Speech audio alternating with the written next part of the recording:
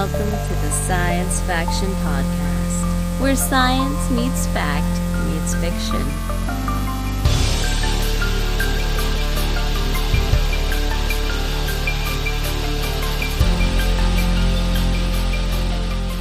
This is Science Faction for the week of August 10th, 2025.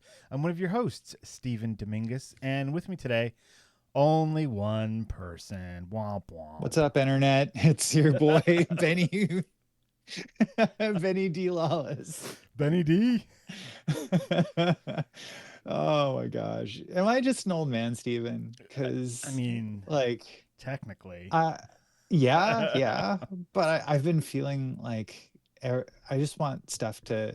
I think I figured it out. I think that my challenge is with the changing nature of life. Everything is changing constantly, and that's something that as a young person I was like, oh cool, I'm riding the wave, it's all right, this is just how it is and I'm just gonna deal.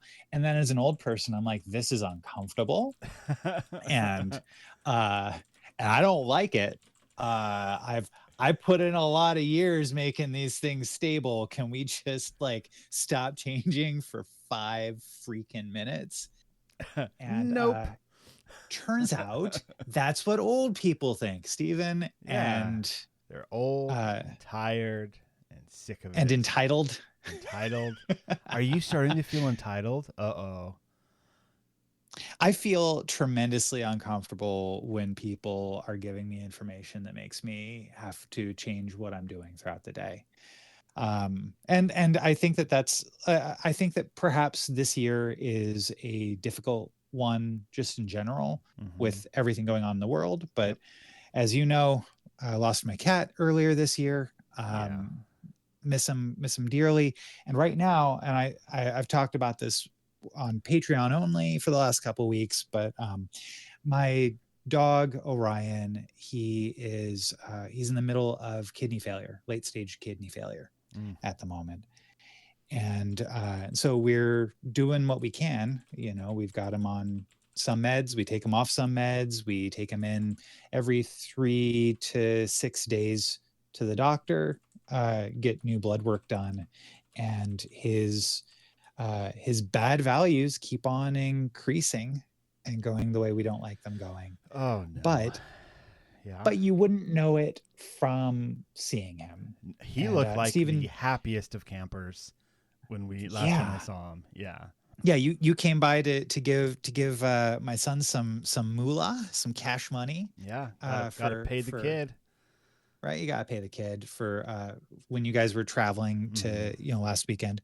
And like he's just so annoyingly normal. That Orion has no idea that he is in late stage kidney failure. Yeah, none. No. He does not care. Right.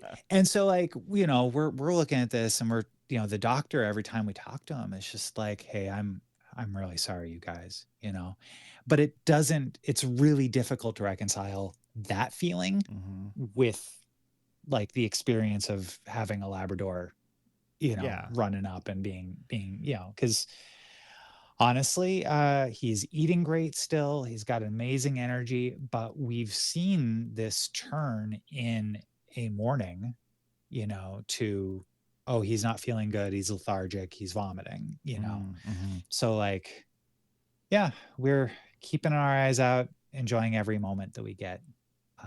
That's all you can do, Yeah.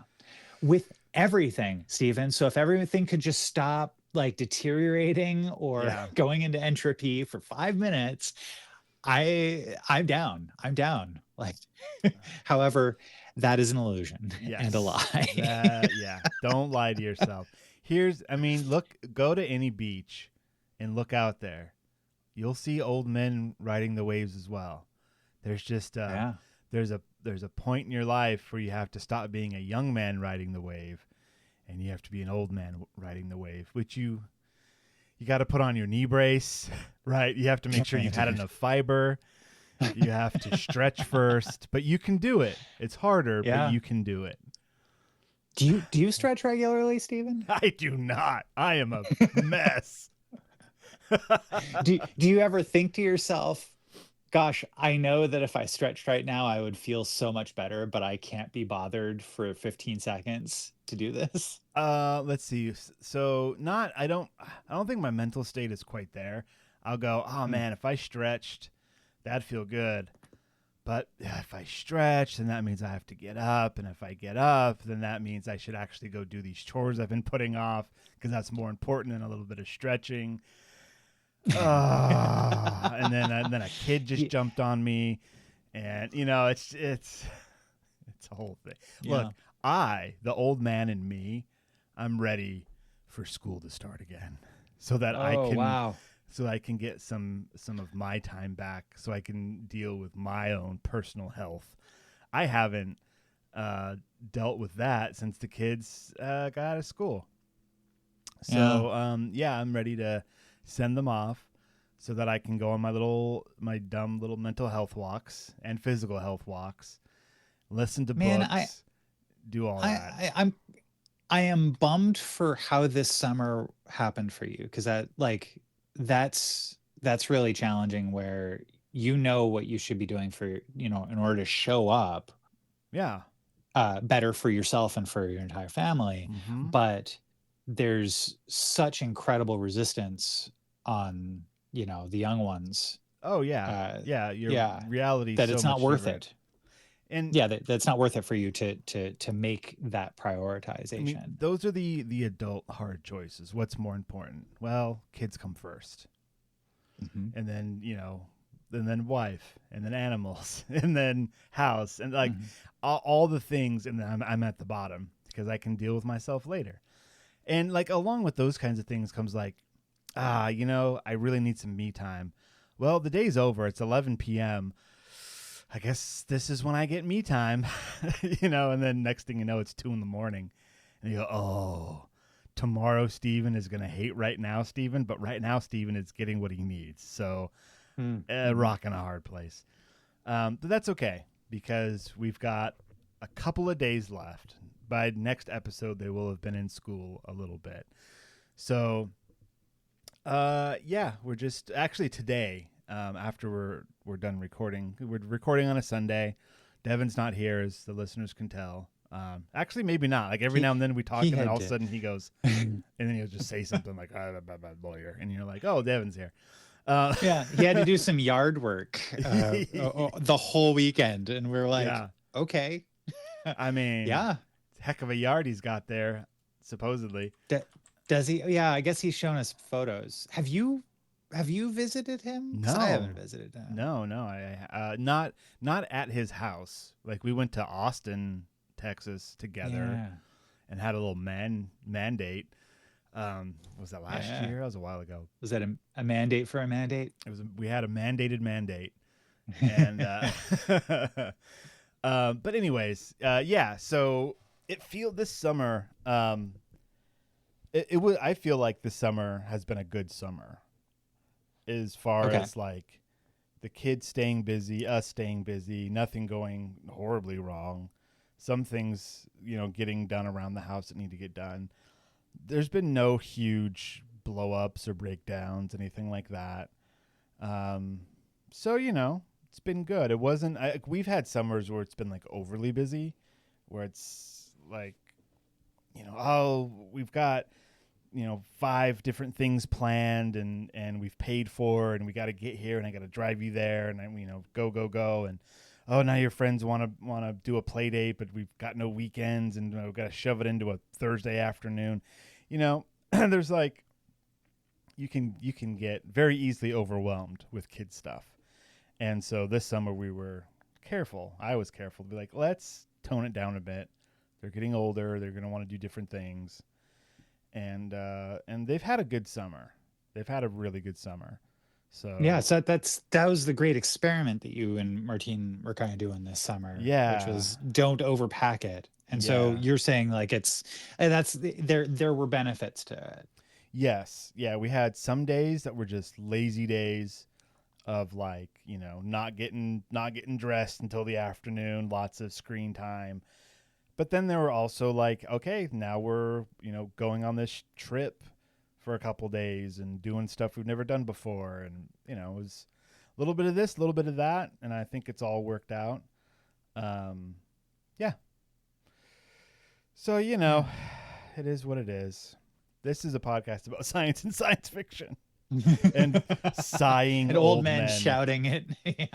Yeah. Old man shouting at the clouds going, hey, what are you doing there? What are you doing, clouds? I hate you. All right. I see we've written down here K-pop demon hunters, and we need to address this. The K-pop demon hunter in the room. We need to address the K-pop demon hunter in the room. So you've seen it? No.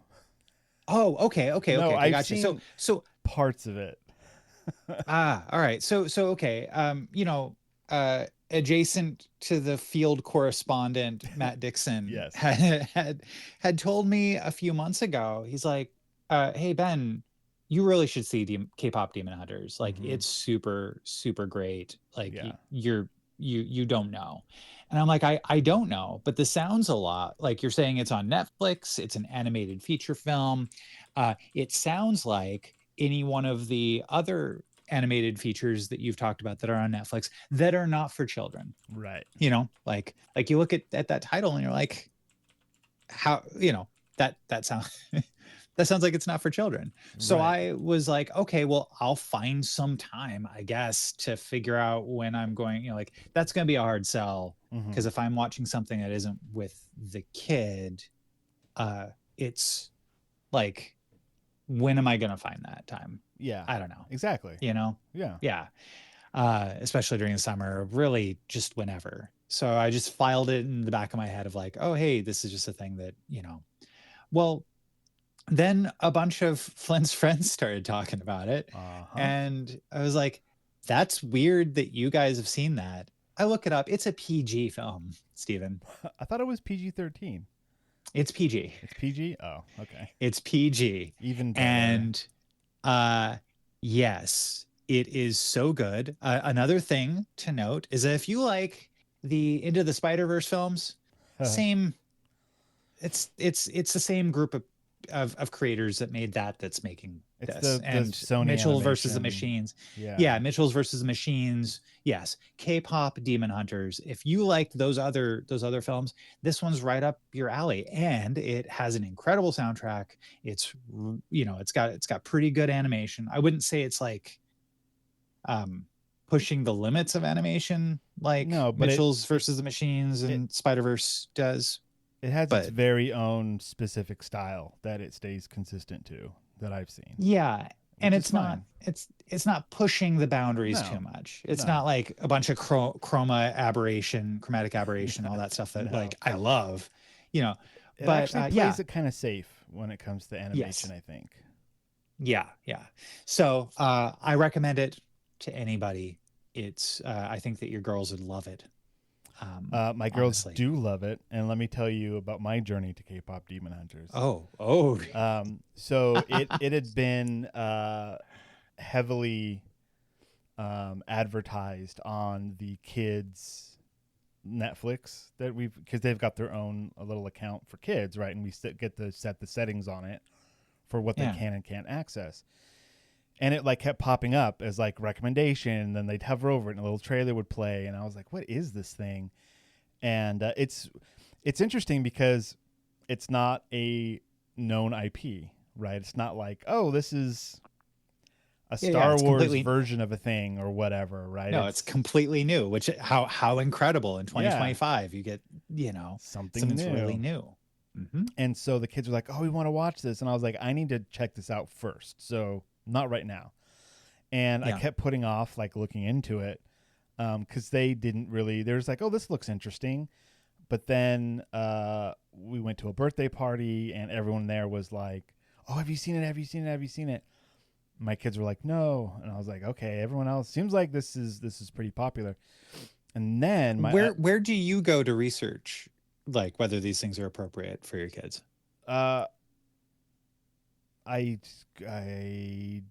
The Common You don't Sense, have a place. You just okay. Yeah, Common Sense Media. That's Common Sense what I was going to Media recommend. Is one of them. Yeah. Yeah. And if you're using DuckDuckGo and you want the bang command, it's just bang CSM and then search for the thing, and you're good to go. If you understood what Ben just said, do that. I don't understand, but that's okay. Anyways, then she went to my eldest went to a sleepover birthday party, and they were going to watch it. And the dad texted me, was like, hey, your daughter says that you don't want her to watch this maybe. And I said, no, it's actually fine. I was more concerned about my youngest, who is 7 now. Because when you have a 7-year-old and a 10-year-old, some things that are appropriate for the 10-year-old may be pushing it for the 7-year-old. And this looked like maybe it was in that realm. It looked like it could be a little spooky. And the 7-year-old is sensitive to spooky things. I said, no, it's fine. She can watch it with her contemporaries. I'm sure it'll be fine. Well, she came back from this sleepover like, Dad, we watched it. It was amazing. It was so good. I was like, cool. Tell me what it's about. And so she kind of went over like what the deal was a little bit. I was like, okay. And at that point I went on because now that one has seen it, now the youngest was like, I want to see it too. If she's seen it, I should be able to see it. Blah, blah, blah, blah, blah, blah. Kid stuff. Yeah. In one ear, out the other. Like, I'm feeding you right now. Don't.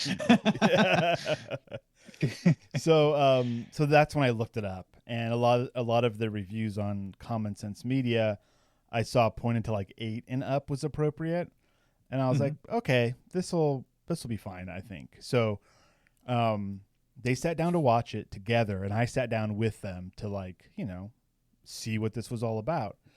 And so I watched a good 20 minutes of it, maybe.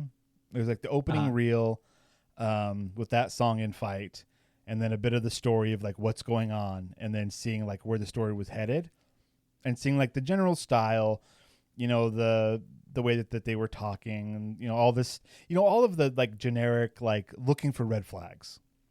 Yeah. Because sometimes things are a little too violent or a little too adult. Sometimes things are touched upon in a certain way. So after watching about 20 minutes of it, I was like, oh, this is fine. This is fine for my kids. And so I went off to do something else, but popped in every now and then to see what was going on. And since then, I believe they've watched it 3 or 4 more times, listened to the soundtrack constantly. And so now it's just living in our house. And it's fine. I mean, the whole idea of the movie, if you guys aren't aware, there's chosen singers, and they sing, and that protects the world from the bad things. And now those singers are super popular, and the demons, the bad people, have finally found a way to fight back. And then there's lots of singing and whatnot. Yeah. So just it is basically My Little Buffy the Vampire Slayer is really what it is. That's pretty good. And yeah. I mean, speaking of Buffy, they just started shooting the continuation reboot. I don't even know what to call it. I guess continuation would be the best thing, right? Which Sarah Michelle Gellar is attached. No, I have seen videos of her and the new Slayer training together. They are doing this. Buffy the Family Slayer. Is that what it's called? Dang it. That's Did your autocorrect correct vampire to family? I can't. That's talking awesome. and typing at the same time, Steven. Shake your fist. Yeah, no, this is difficult. This is really difficult. Ride the wave. So Buffy the Vampire Slayer is coming back. The young Slayer in it was one of the kids from Skeleton Crew, the Star Wars Skeleton Crew. Oh, rad. Okay. I forget their names, but the girl that was very strong. None of them are close to 18 though, and that's kind of a thing. It was filmed quite a few years ago. Oh, okay. So I think these mid-teens are now elder teens. So if I've seen a show, the only guarantee is it was filmed in the past. Correct. But not necessarily. Not all right. necessarily. Okay. Anyway, all right. Can we move on? Do we have more stuff to talk about? So tell me about like you've won some games, haven't you? Oh, that's right. I forgot about my list of things. Yeah. So I've been playing Star Wars Shatterpoint for a while now. And over the summer, during some evenings where I get me time, I've been doing a lot of painting of my miniatures. I've been actually pumping them out pretty good. So friend Greg, or I'm sorry, Christina's husband. We've got to get something straight here. Christina's husband and I played some Star Wars Shatterpoint the other day, and it was really cool because we were both playing squads that we had never played before, and he made this really great map for us to play on. It looks like a industrial, multi-tiered, like Coruscant maybe or something. I brought one of my painted ships to like go on a landing pad, and his team was like the Inquisitors. So the Grand Inquisitor, I think third sister and fourth sister. He did not use fifth brother. He chose something else. Anyway, that was one. And then the other one was Moff Gideon, a Death Trooper, and 2 Dark Troopers, right? The robots. So that was his squad, and mine was just full of Mandalorians. So we're talking the Armorer, Paz Vizsla, Covert Mandalorians, Bo-Katan, Clan Kryze Mandalorians, and then I had to put Ahsoka Tano in there as their leader. So it could not have a squad just full of Mandos. But what's cool is that some of them, the reason why I did that is some of their abilities are just like any Mandalorians within range, right? And so like they have these different characters have tags on them. So everyone but Ahsoka has the Mandalorian tag. So for example, Paz Vizsla says that when this unit activates, each allied Mandalorian unit within range 4, which range 4 is a decent range, may remove damage or one condition from itself. Then each allied Mandalorian supporting character within 4 may jump. And that ability is called We Are Mandalorians. And so that ability, that whole thing kind of mimics that scene in The Mandalorian when they're being attacked on Navarro, and then all the Mandos just kind of jetpack in like to save the day, and yeah, that I was able to pull that off at one point during the game, and that was pretty fun.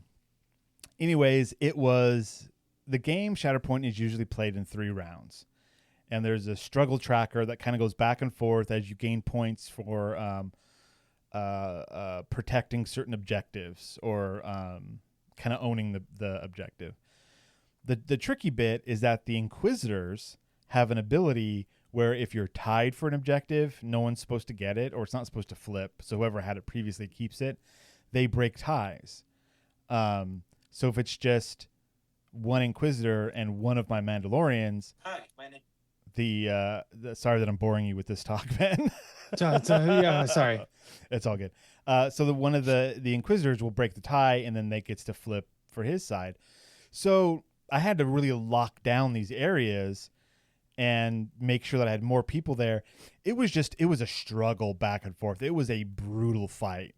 Gotcha. It was the most injuries because Shatterpoint is more of a game. And I think I've said this before. I'm going to repeat it. Is a game about objectives, right? Go to this place, right. And at the end of the round, hold this area. If you hold this objective, right, then that's how you get your points. And you can get some kind of, I'm not going to get into all the rules, but by killing or injuring other characters, you can kind of modify the way that those points work a little bit. So it's not, you don't kill other people to win, you hold points to win, and if you injure other people, that can make it easier for you to get your points.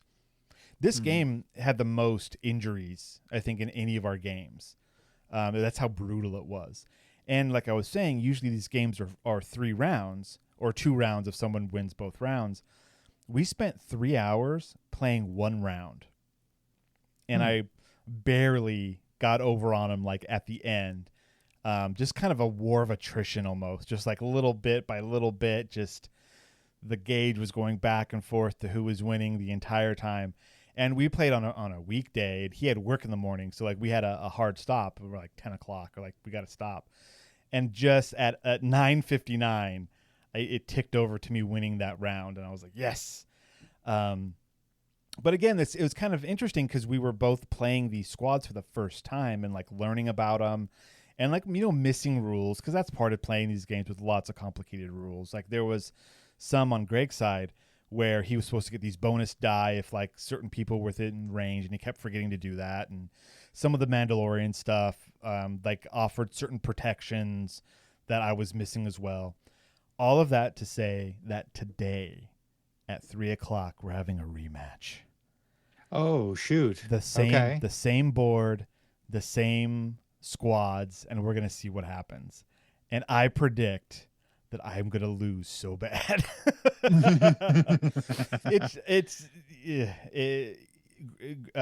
Christina's husband has such a vast amount of experience with these kind of games. We both come in, we just want to have fun, right? We're not those overly competitive, like if I don't win, then I'm having a terrible day. It's just, let's have fun in the system, figure out how it works. Star Wars is great. This is fun. And so in that last game, the dice were with me, and that is rare. I usually roll terribly. I know dice, they're just randomizers, but I feel like more often than not, I roll poorly. But that game, I certainly was not. There were a couple of rolls that I made that just, like the Inquisitor pops up, I hit him with Ahsoka and do like 6 damage to him, which is huge because it takes 8 damage to injure them. And then once they have the injured condition, then they're not as effective anymore. And so with 1 attack, I almost took him out, and that's huge. That's a big swing. And so anyway, there was a lot of really good rolls like that on my end, that if the rolls had just been different and we had played the game pretty much the same, he would have won. So anyways, it's going to be fun to go back, play again. Now that we're more familiar with these characters, it's going to be a fun time. So that's later today after the back to school shopping that we're going to do after we're done with this podcast. So another full day. Hooray. Okay. Hooray. Great. Hooray. Yeah. That's it. All right. Shall we just go into future now here, or do you want to? I think it's time. Going? No, I think it's time. We've got so much more to talk about. Unless there was something critical that you want to talk about, I think we should move on. All right, sure. And we can maybe the patrons will get something special. I don't know. Maybe we'll see. They deserve it. That's do. For sure. They certainly do. But for now, it's time for Future or Now. Now. All right, Ben, hit us with something good. What is it? So I'm gonna file this one under A. Oh well. And it's somewhat surprising development. Good night, everybody. It is somewhat surprising development, mostly because almost everybody assumed it had died a long time ago. AOL, otherwise known as America Online, which was one of the very first consumer ISPs in both the United States and the United Kingdom, recently caused a stir again because they have decided to discontinue dial-up internet on the 30th of September in the year of our Lord, 2025. I really want to insert the dial-up modem sound right here so that the youths can know what we suffered through and the rest can have vivid flashbacks. I just want to pour one out for dial-up because you did a great job. You got us onto the modern web. You got us to spend half a day downloading files from Napster and LimeWire and Kazaa, and you got us to use to use different AIM protocols, the AOL Instant Messenger. Like how cool is that? And how the, you know, because it was all based on what, XMPP, I could use pretty much any like a couple of other different you know, text, and like that was texting before texting was, right? Oh like, yeah, chat rooms and messenger bots and right, all kinds of fun stuff. Oh yeah, those were times. You know, that and was then when back in go ahead. I mean, Sorry. just like before 2014, when like discs kept on getting, you know, the internet was mailed to us, and we used it to keep our to use as coasters and to keep our tables from getting water rings on them. Like, thanks, AOL. I remember AOL disking someone's front yard in high school, where you just take all your extra AOL discs and you just throw them all over someone's yard. Yeah, like instead of toilet papering, we did that. It was ridiculous. You use them to decorate holiday trees, sure, right? Like, yeah. So I saw something recently that was like, the internet used to just be a place in your house and not live in your pocket, and it was better when you could do internet and then walk away from internet, and that was a very special, very small slice of time that we had in our lives. That, you know, I'm an old man for a second. Maybe that was better.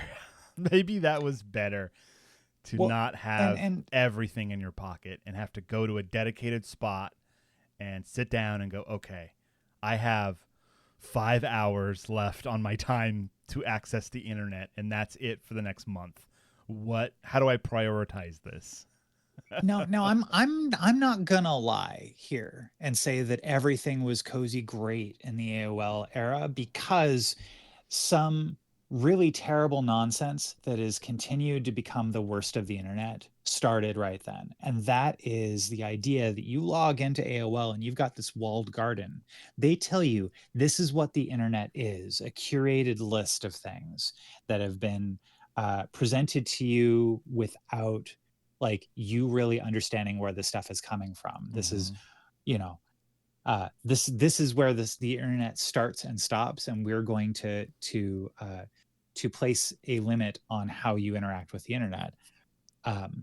That is something, like, every time I kind of hear people talk a little bit about the problems with the internet, and really, like, let's point this to the right places. It's where you have any service that you consider to be the front page of the internet, right? Whether that's Facebook, Instagram, like if you're just getting all of your stuff dictated to you by one place, that is part of the internet. But all too often, a lot of people think, oh, that's the start and end of it, is what I can access from these social media networks. Well, I mean, there was a time when the internet and AOL were the same thing in people's minds. No. Yes, but no, they were not, because it was a highly curated, right? Like, exactly. Like it was what they wanted you to see. The internet was safety rails because we didn't know what it was going to turn into. Right. And I'm not saying that, like, oh, everything is one, but I mean, I think that, like, it was the beginning of some of the bad stuff that we see now, where we are encouraged to keep our eyeballs on the platform rather than explore what humans are making. Yeah. Yeah. And that's really challenging for me as someone who makes websites, and I love the DIY punk nature of the net, of GeoCities. Yeah, which, I mean, also was part of the problem, but also was part, like, a lot of people look at that going like, oh, well, that was a solution, that democratized a lot of the creation and curation and all of that within web rings. And dear listener, if this all sounds like a different universe, guess what? It's still all out there. You can find it, is all I'm saying. You're discouraged to find it. They want you to stay safely within your algorithm, but you don't have to. And they being right. But, like, sure, there are ways where with your own you can set up your own guardrails and your own ways that you interact with the net. There are other places, if go for it. Like, it's still out there. It's fine. Go exploring. But yeah, in the same way, yeah, our relationship with technology has shifted so dramatically in the last 30 years. But here we are at the end of dial-up internet. I'm really curious how many people will be like no longer able to access the internet because of these changes. You know what I mean? Yeah, I don't know how prevalent dial-up internet is, because just personally, I haven't had to deal with it for many, many years, either with myself or close friends and family. I know that my grandfather still uses AOL, but he's got he doesn't dial in, but he uses AOL. So, like, I don't know. Also, oddly enough, to bring him back up, Christina and Christina's husband, when they first got together, they both realized that they both had AOL emails that they still have in use. Wow, that's cool. That's cool. Yeah. The email service will continue. That is something that AOL's website is very, very clear. I mean, would that break people if that went away? Like right now, if Google was suddenly like, you know what, we're not doing email anymore, delete, right? Like, how much would that break? How much would AOL stop doing their email? How much would that break? And here we are in a world where historically Google does that to things that people really rely on. Twitter changes all of how they are interacting with the world and makes it a much more toxic place to be, like on a dime, right? And so the thing is that there are ways to protect yourself from that too, like with a little bit of know-how and a little bit of money. You could have your own hosting, have your own email address. Hey, you can do it. You want to be safe? It's going to cost you. What an American thing. Oh no, Stephen, that's not what I'm saying. That's not what I'm saying. That sounds what I like am it. saying what I am saying is that well, in the same way that everything's going to be changing, there's nothing that we can depend on, right? Yeah. But like, you can depend on free services even less than anything else. Yeah. Right? Yeah. So like, yeah, you're concerned about Gmail going away. Well, there are ways where for $10 a year, that's no longer a problem. Right.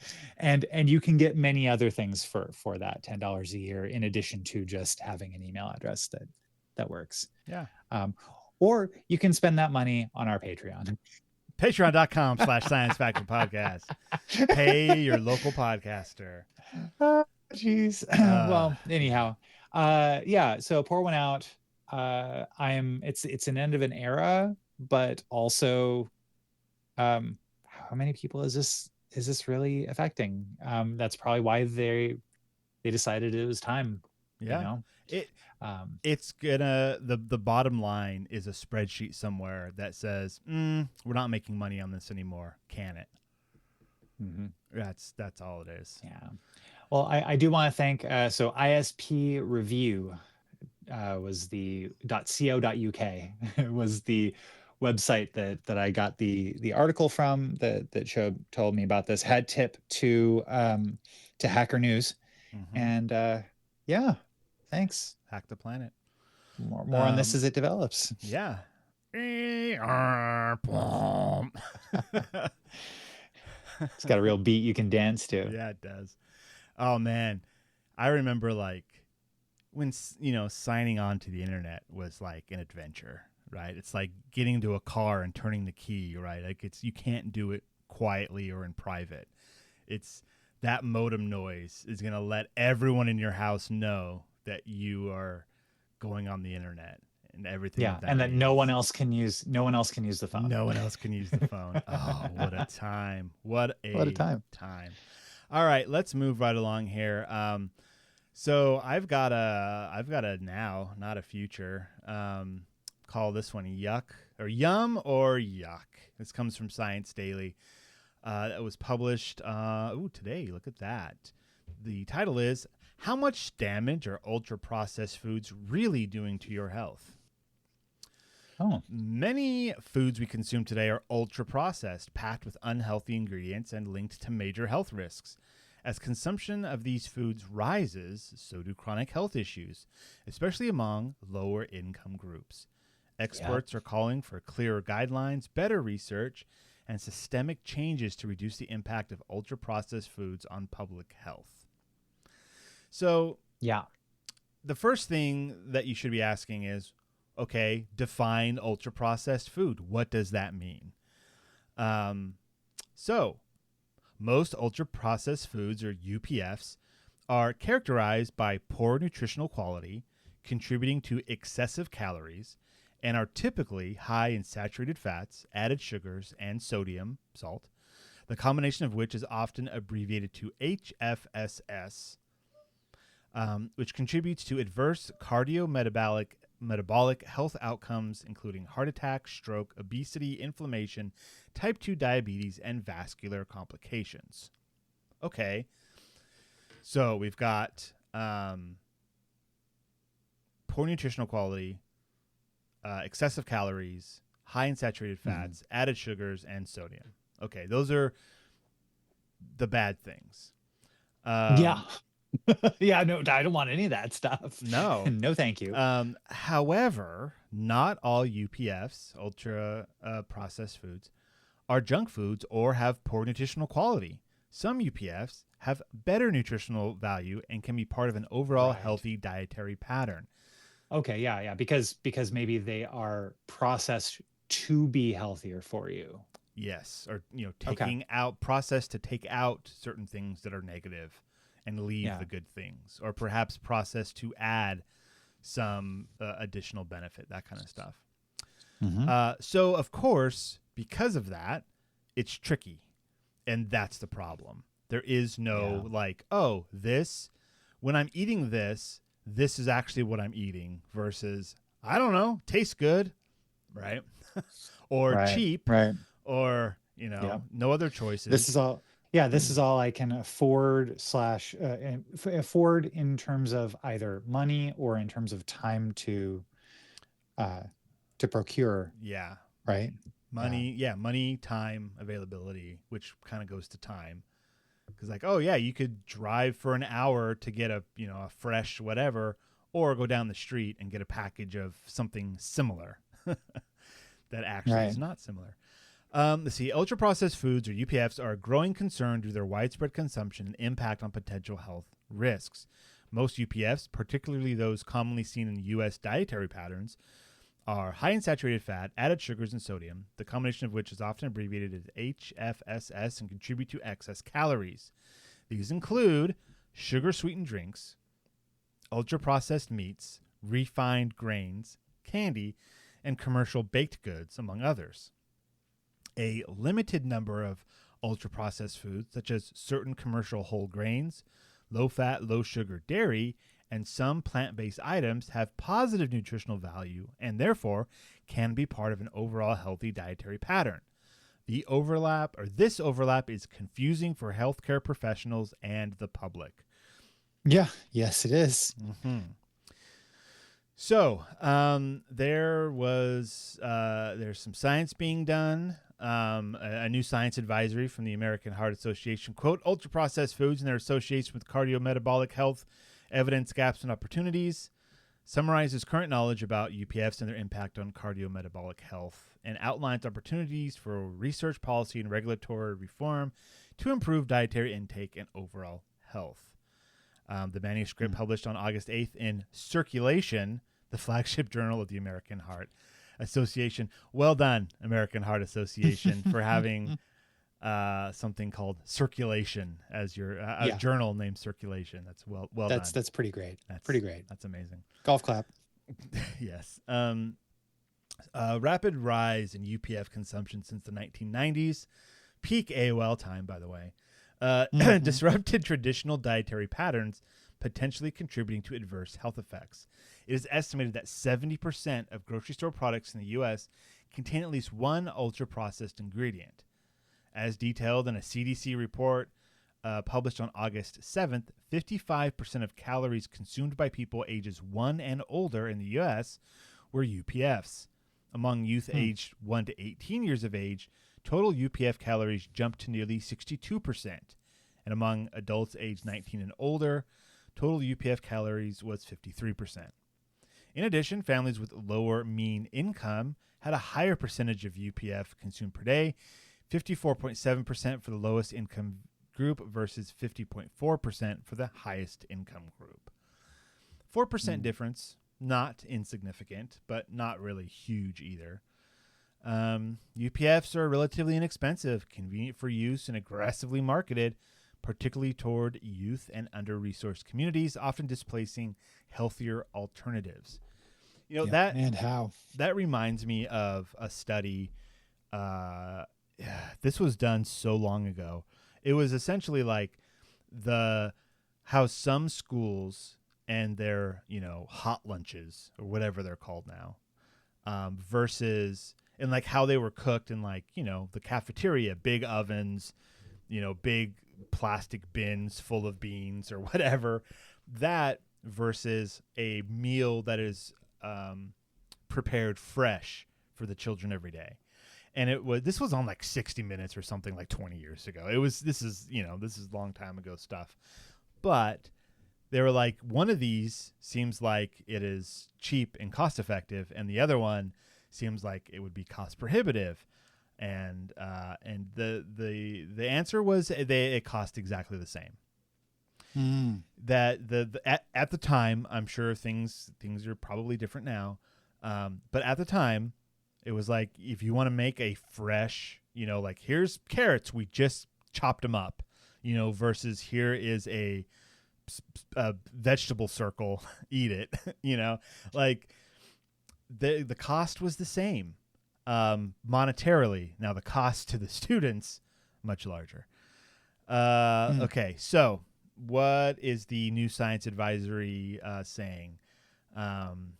This new science advisory reinforces current dietary guidelines from the American Heart Association to 1, reduce the intake of most UPFs, especially those high in saturated fat, added sugars and sodium, and those that contribute to excessive calories, and 2, replace UPF consumption with healthier options like vegetables, fruits, whole grains, beans, nuts, seeds, and lean proteins.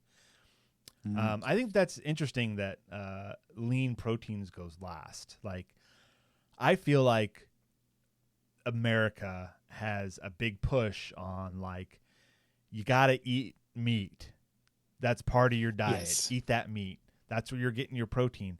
And, I mean, yes, you can get your protein from meat, but there's also other sources as well.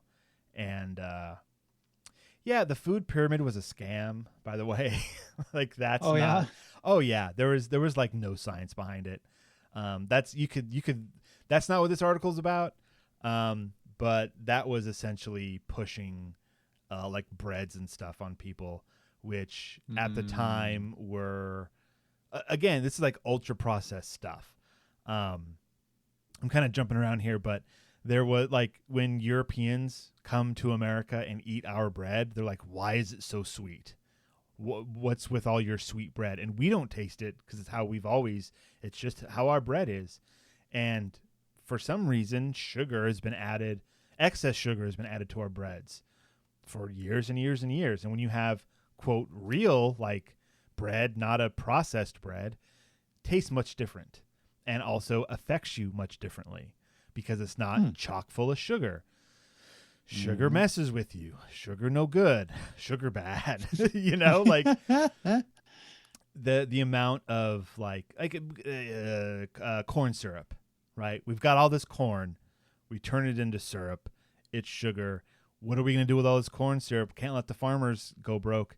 Put it into everything. Like, there's a lot more to what is on your table than what you think. And a lot of the choices that you think you have, you really don't.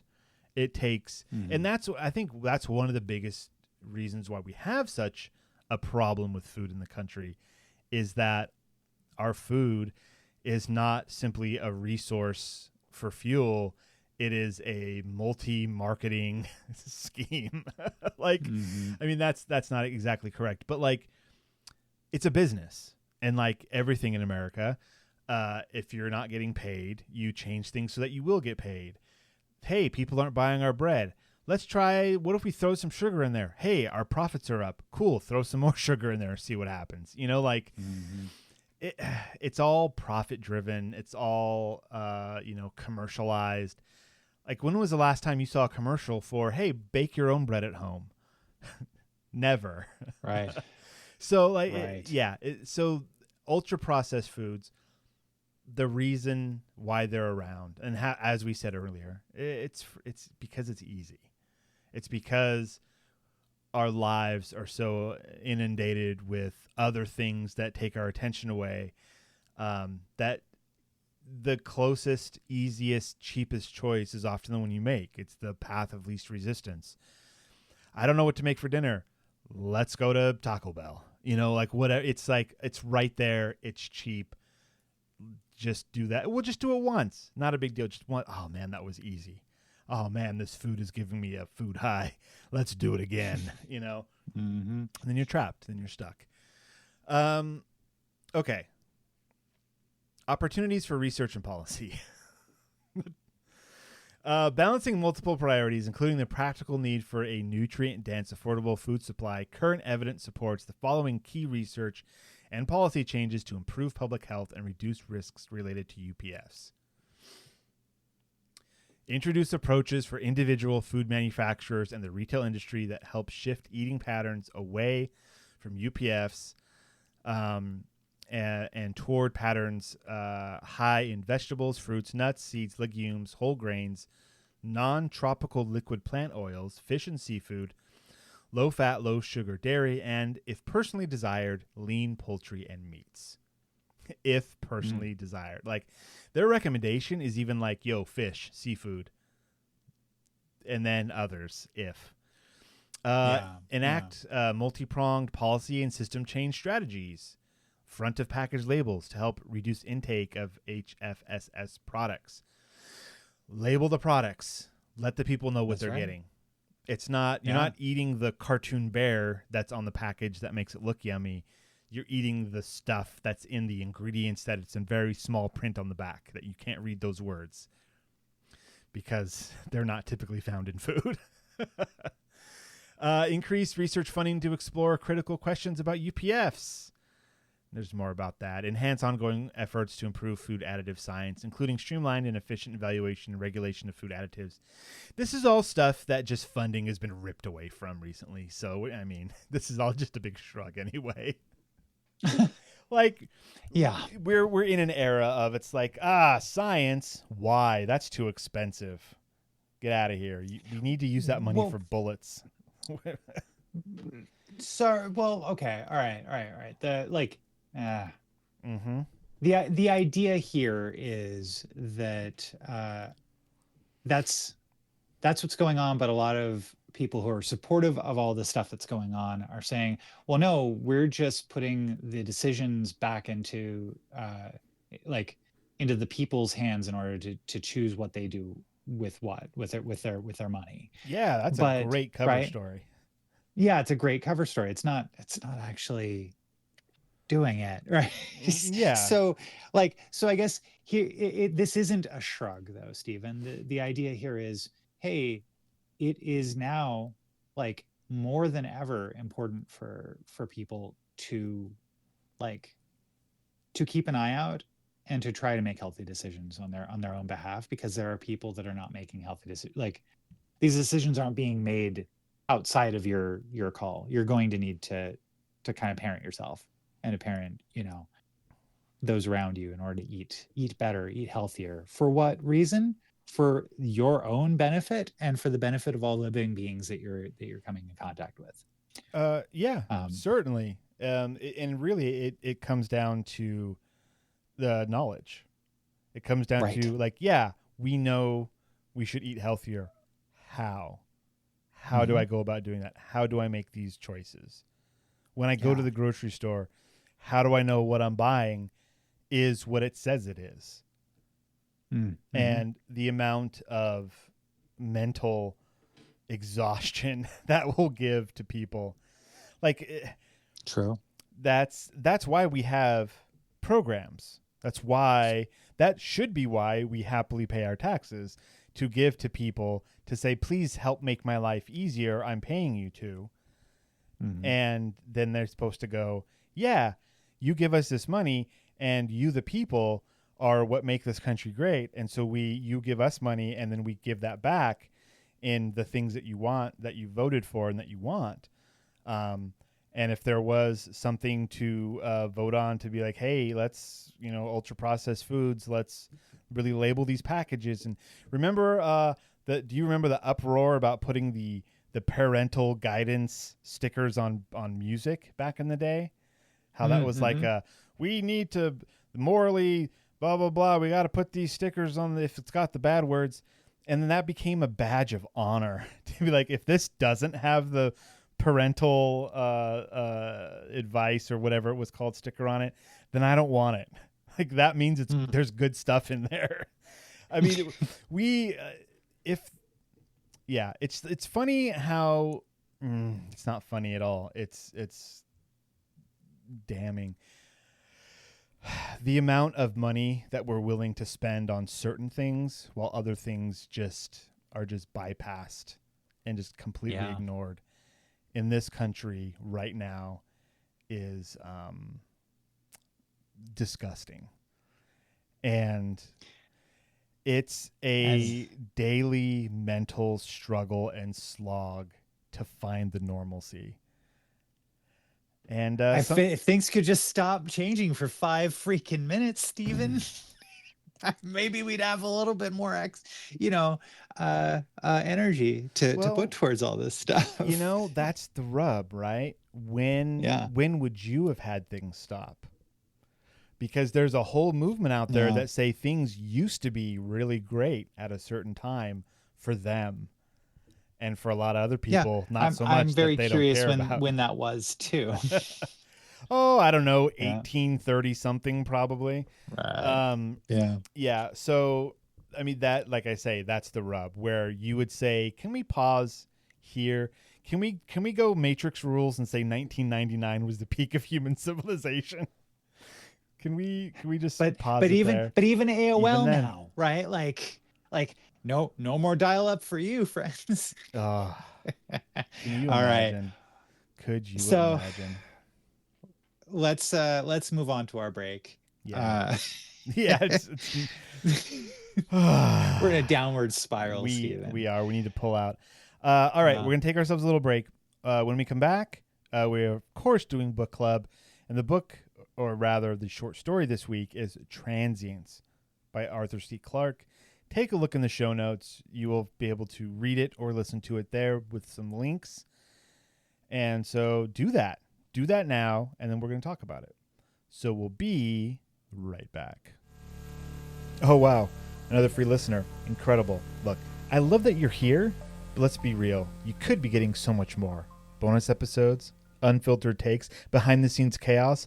All you have to do is join our Patreon at patreon.com/Science Faction Podcast. Or don't. But if you don't, just know that somewhere in a parallel universe, a better version of you already has. And we're back. Heyo. Hi. And a big thank you to our patrons, Renee and Josh. Thank you. Keeping the lights on.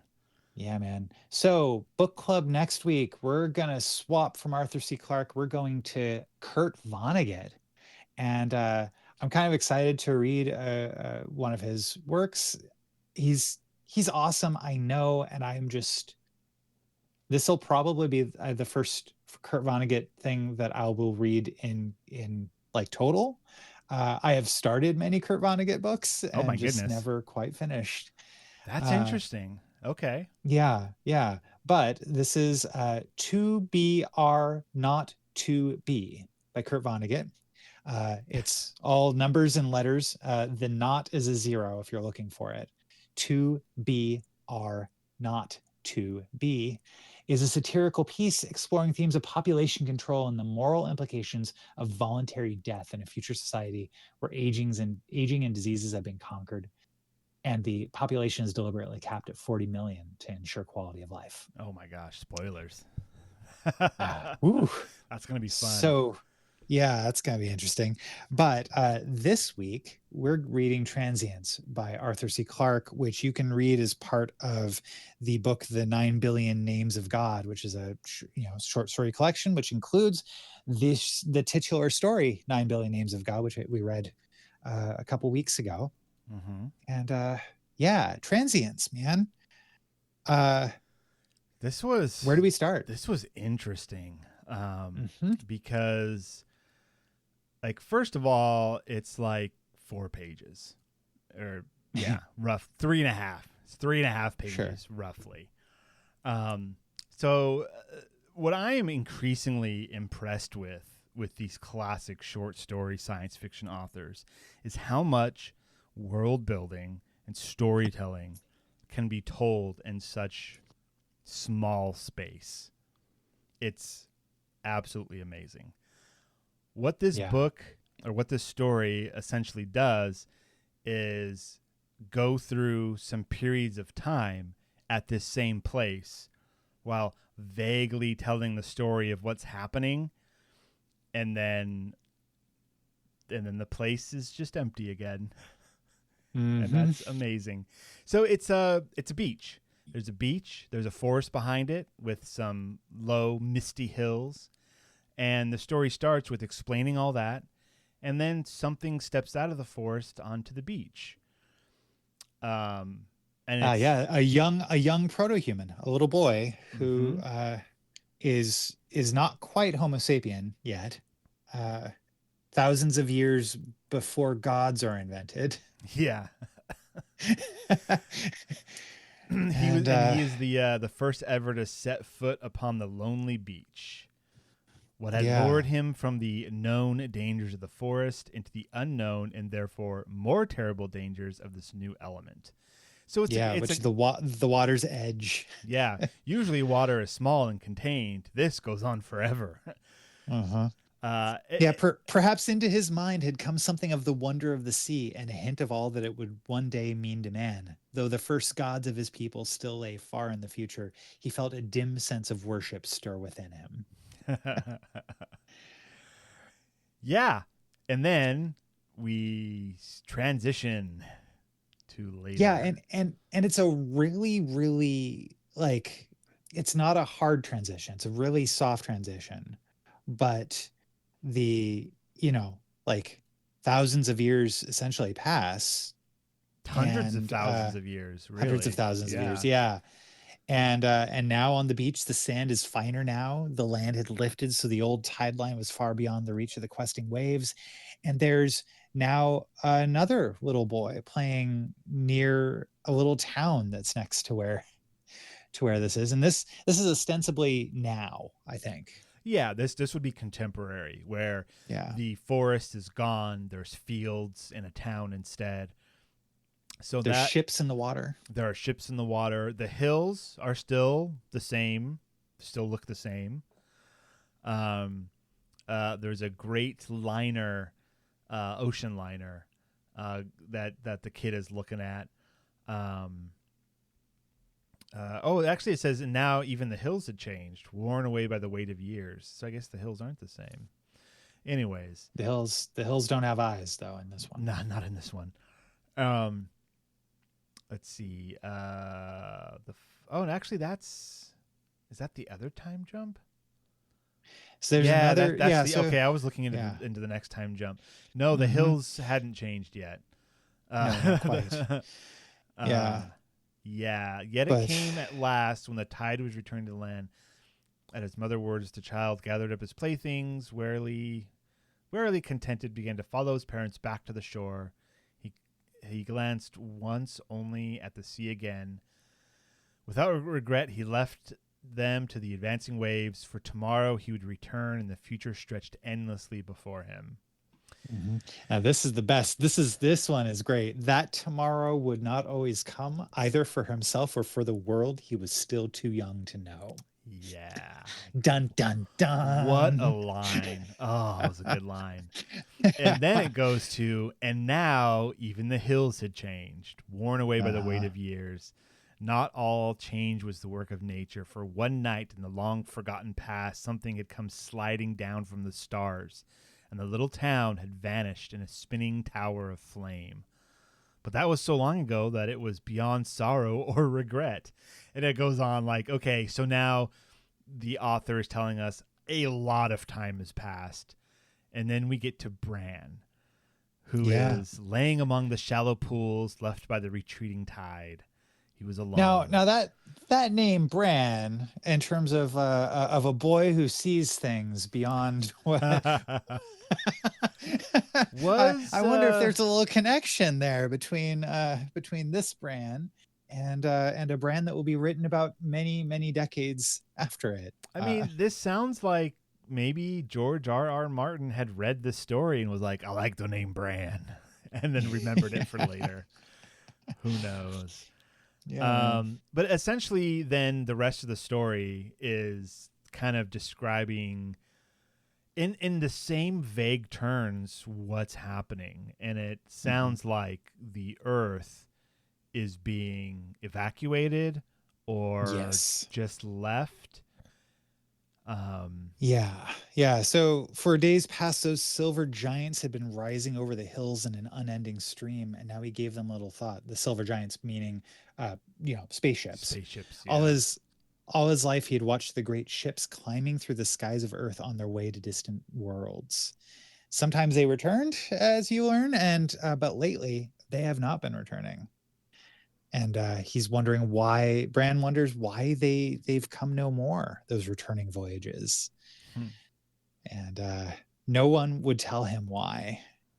But his robot watcher, Nanny, says, Bran, it's time to go, in the voice of his mother. And then his parents come, they gather him up, and it's time that they go. But they leave and never come back to the ocean. And he says, like, when they're leaving, still uncomprehending, the boy turned to his mother. Then can I come again tomorrow? With a sense of desolating wonder, Bran saw his mother's eyes fill with sudden tears. And he knew at last that never again would he play upon the sands by the azure waters. It goes on. So, like, if everything could just stay put and fine for 5 minutes, Stephen, 5 minutes, that's all I ask. Look, this story lasts much longer than 5 minutes if you've been paying attention. True. But essentially, then the story ends with they left, and now the world. Let's see. Presently, the ground trembled a little. But no sound disturbed the solitude of the deserted shore. Under the level light of the sagging moon, beneath the myriad stars, the beach lay waiting for the end. It was alone now, as it had been at the beginning. Only the waves would move, but for a little while upon its golden sands, for mankind had come and gone. Oh, yeah. But here's the thing, like hints a little bit earlier of what is going on in the world. Somehow it seems that now the Earth and the solar system are closer to the center of the galaxy, no longer along one of the arms, and but rising beyond the sea in two long curving arms. And this is the sea of like the stars. Yeah. In two long curving arms, something black and monstrous eclipsed the stars and seemed to cast its shadow over all the world. The tentacles of the dark nebula were already brushing against the frontiers of the solar system. Okay. And that's all we got about that. If that little bit was excised from the story, I think it would still be just as good. Like, we don't need to know the reason. But I read that and I'm like, I want to know the reason. What is the dark nebula? Why does it have I want tentacles? more of this? Yeah. Yeah. What a cool story for just being like 3.5 pages. You get a whole, you get the entirety of human civilization in 3.5 pages, which is, hey, let's hang out by the beach, and now we have to go, and that's kind of humans. Yeah. Anyway. Indeed. So, so Stephen, it seems that that you give us a thumbs up. Yeah. I give this 3 out of 4 palm trees on a quiet beach for sure. Okay. Yeah, it was cool. I kind of like you. I kind of wish there was a little bit more to it. Like if each era had just maybe 1 or 2 more paragraphs, kind of outlining what's going on. But also the vagueness of it is kind of its strength as well. So it maybe would not have been as stronger or as strong. I liked it. I really enjoyed it. How about you? Yeah. I mean, I'm a big fan of Arthur C. Clarke. He's always been one of my favorite writers, and so this was just classic Arthur C. Clarke. Way to go, man. I would love to know more, but it's that like there's so many sci-fi stories where when you know more, it's maybe not as strong, nice as not knowing. Yeah. And there is a lot to be said for not saying a lot. Yeah. I mean, it's the J.J. Abrams effect, right? Like the red goo did it. That's J.J. Abrams. It's red, and that's the reason why. The box is a metaphor, John. The box is a metaphor, John. I love that. So, like Arthur C. Clarke, pretty much anything that he does is pretty rad, and I'm a big fan of Childhood's End. I think that the 2001 A Space Odyssey stories are great. Not so sure about 3001, the way it ends. Didn't really enjoy that as much, but like there are 3 other books in the series, so yeah. Anyhow, hey, have you caught or been keeping up with the latest season of Foundation? Not yet. Yeah, same here. Not yet. I did start the latest season of Wandala, though. The Apple TV Plus animated show about the girl who emerges from the vault. Oh, that's right. Yeah. Far future, and humans are no longer to be found anywhere. And the second season, she finds the humans. Oh. And that is Wondla. Short for Wonderland, like Alice in Wonderland. Okay. Wondla. Got it. Yeah. Season 3. Yeah, season 3 of Foundation. And season 2 of Wandla. Yeah. 2. Yeah, they're out, and we started that, and it's good sci-fi, man. Yeah. Gotta get in there. Strange New Worlds is showing with almost every new episode how little they've paid attention to previous Star Treks, for better or worse. I think that the last few episodes, there have been a lot of things that they've been bringing in, characters and stuff, and technologies that are synonymous with other Star Treks that we've seen, but don't align with the details of how those things work in the Star Trek universe. So it's for example, John Delancey shows up in Strange New Worlds. Who dat? In a very interesting role. And then there's an episode where in Strange New Worlds they have a holodeck. Oh. Okay. Which has a lot, like the first version of the holodeck was actually on that Enterprise in the animated series. They called it the Rec Room, and it was, so it's not completely out of the realm of possibility that it is, what it is. However, and we've even seen proto holodecks on the first season of Discovery when Lorca and the security chief were training in battle simulators on the ship that were holographic based. Just things I remember. However, it just seems that like a lot of the stuff that they're not doing enough to like hang a lantern on why things are different than this, you know. And for example, Scotty's the one setting it up. Later on in Next Gen, Scotty shows up and is like, "What's this holodeck thing?" Oh no. Is this, are we gonna get a like, oh, actually this has been a different timeline the whole time? Is that where it's gonna go? That would work for me. Okay. Yeah, that would be totally fine. And I think it's like also just everything having to do with Spock and Nurse Chapel's relationship.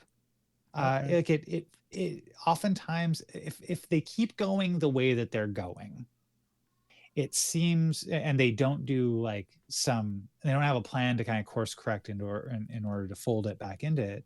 It can just be like, well, this is just a different way that they're telling the stories, and that's okay. And I'm fine with that, except that it is so tonally, not just tonally different, but also just they're just like, this is not following what I've seen in Deep Space Nine and in Voyager and in Next Gen and in the original series on how these characters and these things work. And it's fun, it's great, but it's also like, well, it's like you got the synopsis for these stories, but didn't actually watch the episodes before you wrote prequels to them. Yeah. Hey, what if, let's see, I'll put it this way. How would you feel if Star Trek Strange New Worlds ended similar to Enterprise, where instead of Riker walking in and being like, oh, what an interesting simulation this has been the whole time, if instead they got Boimler to be like, and that's how it happened. And it's like his own fan fiction of how that captain and like did all that stuff. Like how great would that be if they just? I'm in for that. That would be fun. I think that would be awesome. Yeah. Because honestly, this is a fun show. It's really cool. I don't mean to like be poo-pooing on it. If you like it, like, way cool. It's just a matter of like, well, yeah, for a show that they always talk, like the creators are always talking about how much they're bending over backwards in order to have things align. You know, they're actually bringing in things that they don't need to be bringing in. They could call it something else. They could have holodeck material, you know, that they don't call a holodeck. I mean, if they just called this is the rec room instead, would be enough. Yeah. Right. Yeah. Where it's like, oh, hey, these things don't behave the same way because they're a different technology that we're going to, you know, like, it's, and maybe this is just me old manning it and finding something, but acting's great. You know, and we'll get there. We'll see how the next 2.5 seasons go. Fingers crossed for the Boimler ending. Yeah, that would be cool. I think that would be awesome. If it's all Boimler's fan fiction. And fingers crossed that we get like Star Trek Year One, you know, with seeing the beginning of Kirk's command on the Enterprise. You know? That would be interesting. Of course, the closer you get to the original, the more dangerous you get. Especially with Star Trek because of its vast amounts of episodes and stuff. And the problem that I am even talking about here, I'm certainly going to continue to be disappointed. But how great would it be if they actually watched the show that they're trying to write prequels to? Oh man. I don't know. They would go, whoa, do we need to be writing a prequel to this? Does this need this? We didn't need it for 60 years. But now nowadays. Yeah. But at the same time, you know, there's some neat stuff that's happening in all of it. And yeah, I'm curious where it's going to go. Yeah. Same. So, you know, yeah. All right. I guess that's another episode. That's it. It's inside of the can now. Just one of 570 of them. Just that's a big number. Do you ever think back on that number and go and have a feeling? What is your feeling on that number? My feeling on that number, accomplishment. Yeah. Yeah, that's a decent number of things. Like that days lived, 570, that's impressive. You know? No. Hey, when you have since when? If you have a baby and you were able to keep it alive for 570 days, you'd go, this has been a win so far. Let's keep going. Yeah. Yeah, I do remember that. Oh boy. Yeah. About a year and a half. Oh, what an accomplishment. Yeah. Yeah. It's just for all the things that are challenging for parenthood, man. Yeah. Oof. Those first 570 days, especially. I'm not gonna lie. They're tough. Tough on anybody. It is. It's a tough gig.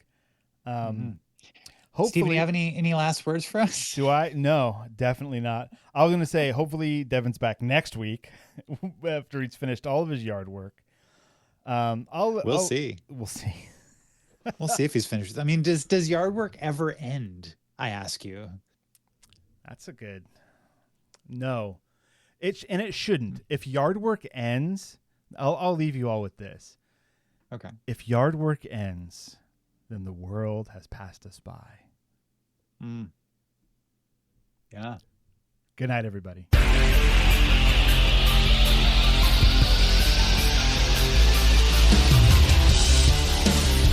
This has been the Science Faction Podcast. Tweet to the host at SciFact Podcast.